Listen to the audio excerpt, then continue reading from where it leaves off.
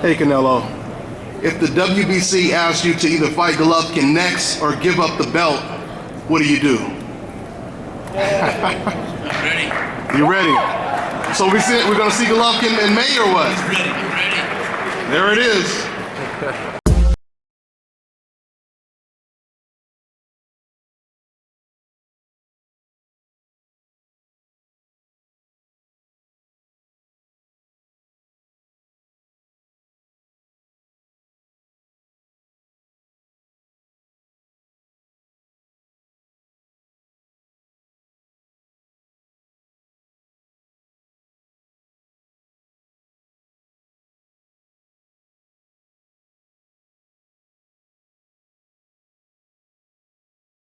Dante's Boxing Nation, what's going on, guys?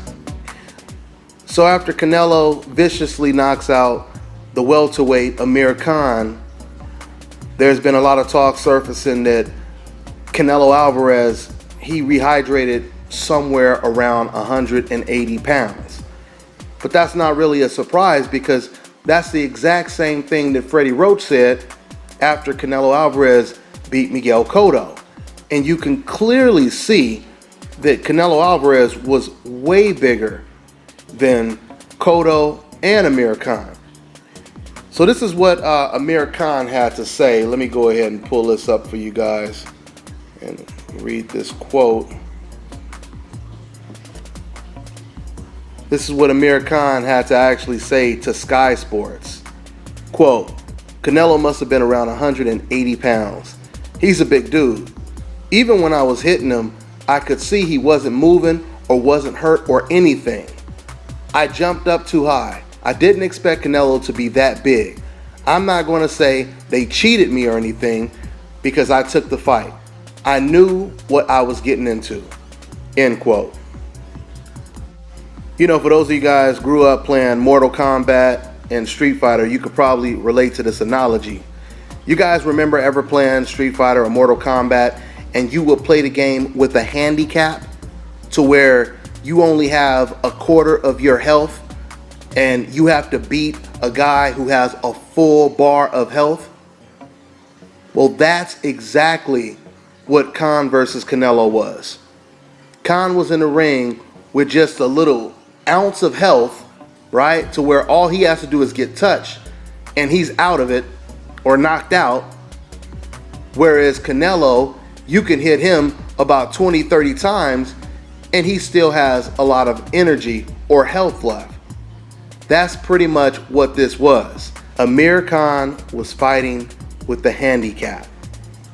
So essentially what you had was a cruiserweight in the ring with a welterweight that does not have the best chin in the world. That is what you had. You know, it's ironic because when Floyd Mayweather fought against Juan Manuel Marquez, and I want you guys to look at the contrast from Mayweather Marquez to Canelo Kahn.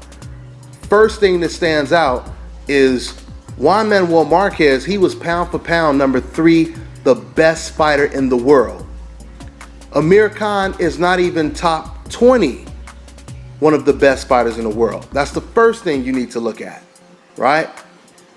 And the second thing is you have fans that said that Marquez, he moved up in weight basically, and he lost the fight because he was too small, right? But unlike the Canelo Kahn fight, did you guys know that Mayweather and Marquez, they weighed pretty much the same the night of the fight? Oh yeah, did any of you guys know that? They were weighing pretty much the same the night of the fight. By way of contrast, Canelo Alvarez was almost 25 to 30 pounds bigger than Amir Kahn. Okay? At a minimum, he was a little over 20 pounds bigger than Amir Kahn the night of the fight. Let me give you a little bit more contrast comparing those two fights.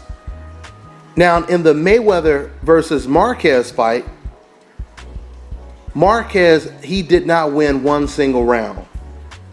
He didn't win one single round. So the smaller guy that was moving up in weight, he wasn't able to outbox Mayweather for a couple of rounds. He wasn't able to frustrate Mayweather. He wasn't able to really do anything in the fight. But in the Canelo versus Kahn fight, as we just seen this weekend, Canelo Alvarez was completely outsmarting, outthinking, outwitting, and outboxing Canelo Alvarez. I mean, some people had Amir Khan winning every single round up until he got knocked out. And then other people, they had it 4-2 Kahn. But no matter how you look at the fight, it was clear that Amir Khan was winning the fight. Now, something else I wanted to address, because I'm hearing some Canelo fans say that, oh, you know, Canelo Alvarez, he was taking his time. That was all part of the plan. He was just setting it all up because he's so patient. This is what they were saying, right? But this is the problem.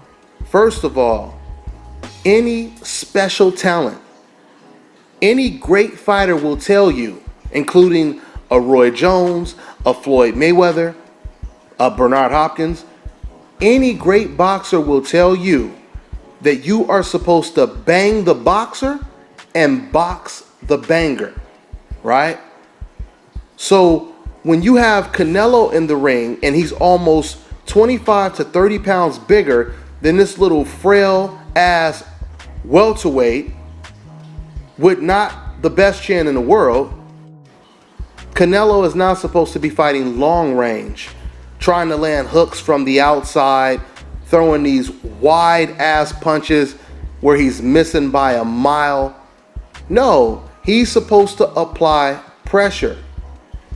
And if you watch fighters like Floyd Mayweather against Zab Judah, against Chop Chop Corley, against Sharmba Mitchell, whenever Floyd was in the ring with a boxer, Floyd Mayweather was the aggressor, right? Now, we all know that when it comes to fighters like Floyd Mayweather, Guillermo Rigondeaux, Andre Ward, these fighters are patient, but they're still winning the majority of rounds. Now, it's understandable for maybe you to lose like the first 2 rounds and it's taking you a minute to process the data and print out the blueprint. But usually by the 3rd round, that blueprint should be printed out and you should be taking charge of the fight. That's not what we got in the Canelo versus Kahn fight. Quite frankly, if Canelo Alvarez were to possibly miss that overhand right that he threw, it looked like the rounds would have continued going the way they were, which was Amir Khan slightly outboxing Canelo Alvarez. Now, don't get me wrong. Eventually, Canelo Alvarez, if he didn't do it then, he probably would have did it later on. But the point that I'm making is, if you struggle against a guy with a handicap, if you struggle against a guy you only have to hit one time, what are you going to do against a guy that has a full health bar and has speed, has ring generalship with foot movement, has a great jab, has defense, has rhythm, coordination, has a chin? What is Canelo going to do against an opponent like that? Because I don't want to hear that, oh, I was just setting him up. Yeah, I was losing every single round just so I could knock him out with one punch. Do you guys know how often that even happens? No, Canelo wasn't setting up Kahn. Canelo was hoping that eventually he would land one of those bombs. And because Amir Khan is not on the level of a Floyd Mayweather, and he doesn't have the size of a Golovkin or an Edeslani Lara, he fell victim to that.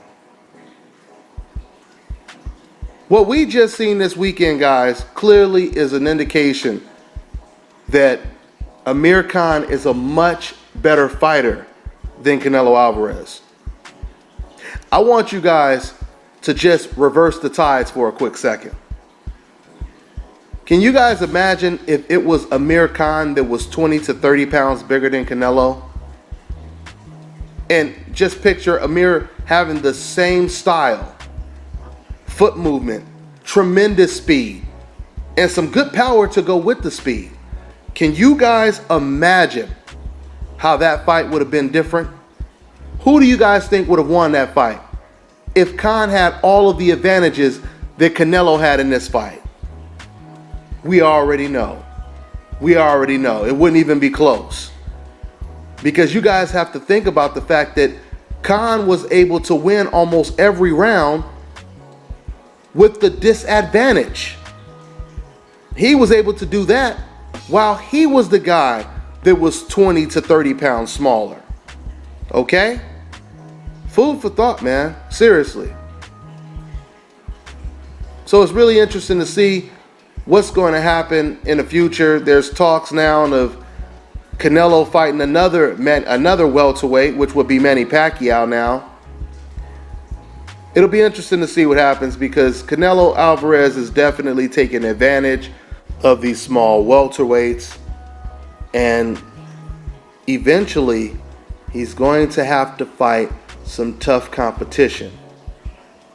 You know, it's crazy because as I've been telling you guys for the longest, I just interviewed Canelo's trainer last week, and he told me that Canelo is not moving up to middleweight for at least another 3 or 4 fights. If we are to listen to what he said, there's no way we're getting a Golovkin fight. And what that means is more cherry-picked welterweights, perhaps. And you know, the whole thing with the welterweights is there are actually some really good welterweight fights out there for Canelo if he wants to fight the best welterweights. Because I say, why doesn't he fight the winner of Porter versus Thurman? That is an excellent welterweight matchup right there. Keith Thurman has already moved up to 154 and looked the exact same way, so I know Keith Thurman wouldn't have a problem with it. Sean Porter, he used to fight at 160 as an amateur, so I know he won't have a problem with it. Hell, man, if you're going to go down, if you're going to drop 2 divisions down and fight welterweights, why not fight the best welterweight? Why not fight the best welterweight?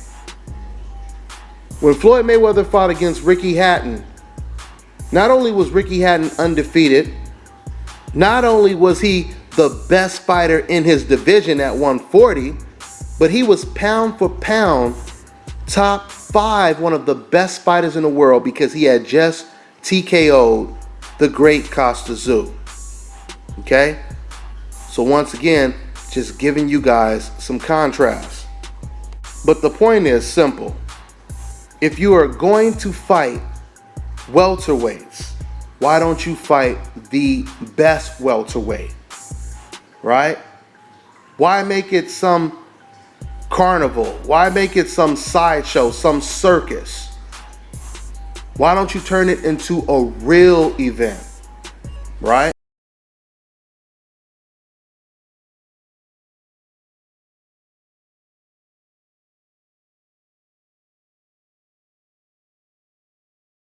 Quite frankly, I'm going to tell you guys what Canelo and Golden Boy, what they are doing to fighters like the Charlo brothers, Demetrius Andrade, it's really sad. And quite frankly, it really makes the sport of boxing look bad. This guy is fighting at 155, and he will not fight any of the guys in his own division. So there you have it. Floyd Mayweather, he rehydrated to the same weight when he fought against Marquez. Fans said that Mayweather was too big and Marquez was too small. Canelo Alvarez rehydrates 20 to 30 pounds higher than Amir Kahn. And those same fans say, oh, this fight had nothing to do with weight. It had nothing to do with Kahn's weak chin. This was just all Canelo Alvarez's skill. All of his skill, huh? So is this going to be the pattern now? Canelo Alvarez is just going to wait and wait and wait and lose all the rounds in the process, and then just close his eyes, throw one hard-ass punch, open his eyes, and his opponent is on the ground, sleep. You really believe that this was all premeditated?